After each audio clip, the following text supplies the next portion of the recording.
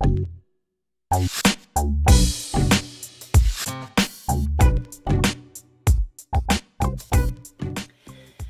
à toutes et à tous, je suis ravie de vous retrouver pour ces 7 minutes avec vous. Et aujourd'hui, je suis accompagnée d'une collègue de l'Académie de Grenoble, Sylvie Sant'Agostino. Bonjour à tous. Aujourd'hui, nous allons vous montrer comment tirer le meilleur parti du numérique et du papier pour dynamiser vos projets grâce à une concentration et une implication accrue des élèves. L'exemple sur lequel nous allons nous baser est tiré d'une séquence de Rise and Shine 6e. Le projet final est une production écrite, choisir un personnage de conte de fées ou autre genre classique, le revisiter, le parodier. L'alternance entre le numérique et le papier va être d'une remarquable efficacité pour que tous s'impliquent et que tous réussissent. On entre dans le thème grâce à une image qui nous plonge dans un univers très contemporain de contes, évoquant la série Once Upon a Time, par exemple. Les personnages sont décrits dans de courts enregistrements. L'activité numérique prévue vise à concentrer l'attention et à aider à la mémorisation du vocabulaire de la description physique. On est en atelier de fabrication de portraits robots. Flint has a square face and short curly hair. He has a big nose and green eyes. Oh, and he has a small mouth.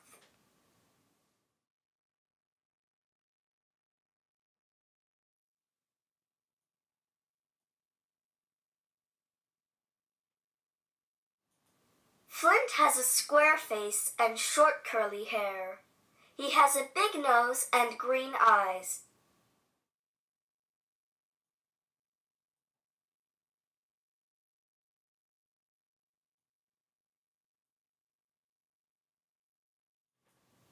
Oh, and he has a small mouth.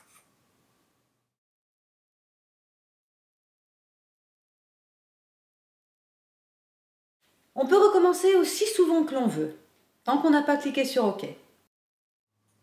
Curly hair. He has a big nose and green eyes.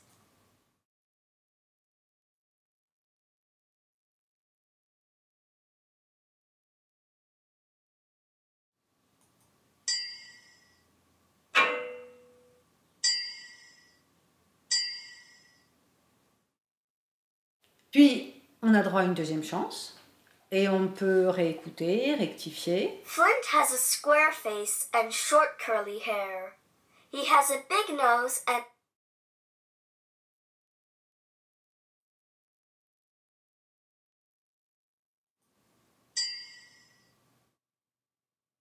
Le côté ludique convainc les élèves les plus récalcitrants. Et le fait de pouvoir donner une réponse non linguistique pour prouver qu'on a compris, pour chercher à comprendre, pour vérifier si on a compris, rend l'activité accessible aux plus lents.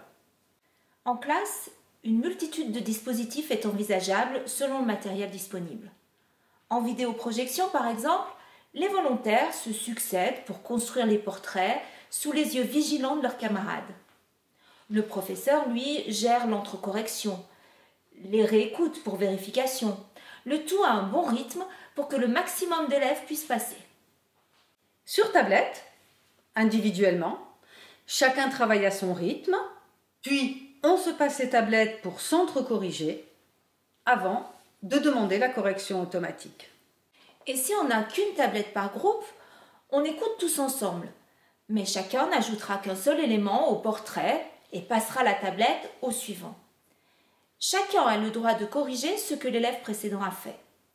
Le groupe qui a fini le premier lève tout simplement sa tablette, puis continue avec le portrait suivant. Les autres groupes, eux, poursuivent à leur rythme. Pour conclure, ou à la séance suivante, on passe sur papier. On écoute à nouveau les descriptions ou on travaille de mémoire, comme un défi à relever, et on note les noms des personnages et leurs descriptions.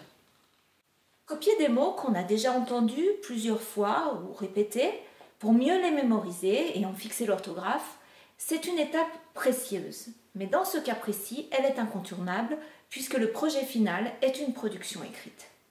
L'intérêt de disposer d'activités qui sollicitent les yeux, les oreilles, le corps pour accéder au sens, pour mémoriser, pour fixer, c'est que l'on s'adresse ainsi à tous les élèves, quel que soit leur profil pédagogique, qu'ils soient plutôt auditifs, visuels ou kinesthésiques.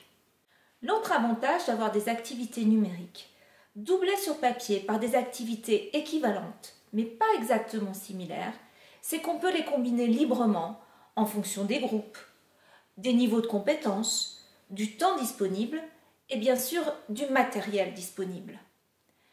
Les possibilités de diversification et de différenciation sont alors démultipliées.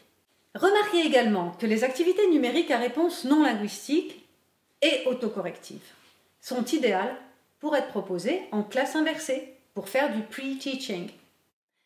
Nous vous en avons montré un exemple, les ateliers de fabrication de portraits robots à partir de descriptions. En voici un autre, tout simple. Et à la séance suivante, en classe, on peut rapidement s'amuser à refaire l'activité. Ceux qui auront joué le jeu seront ravis de montrer ce qu'ils savent et pourront être récompensés. On peut ensuite choisir de faire le point sur papier tous ensemble. Ainsi, on a donné à faire à la maison ce qui est le plus amusant et conserver pour la classe ce qui est le plus ardu, quand on est là pour les encourager et les aider. Et nous voici déjà au terme de nos 7 minutes avec vous. Il va nous falloir reprendre rendez-vous sur ce sujet qui est loin d'être épuisé. Donc, merci de nous avoir suivis et à très bientôt.